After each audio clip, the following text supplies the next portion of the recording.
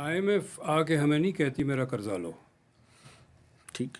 और ये कंडीशंस हैं। हम जाते हैं आईएमएफ के पास, तो उस वक्त आईएमएफ कहती है अच्छा अपनी ज़रा बुक्स तो दिखाएं, इसमें ये गैप्स हैं। अगर हमारे पास प्लान है कि हम इस गैप को इस तरह हल करेंगे, तो फिर आईएमएफ अपनी तरफ से कोई कंडीशन नहीं लगाएंगे। बिल्कुल ठीक।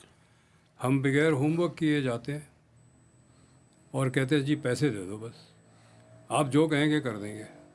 बिल्कुल ठीक है। तो फिर आईएमएफ इसको डिज़ाइन करती है ना। आपने फ्रंट लोडिंग की बात की, ये 24वां आईएमएफ का शायद प्रोग्राम। आईएमएफ प्रोग्राम है। पिछले 23 में से 22 प्रोग्राम इनकम्प्लीट रहे। तो आईएमएफ को ये पता है कि जो काम पहले साल में करवा सकते हैं बिल्कुल। करा लो, बाद में ये नहीं करेंगे।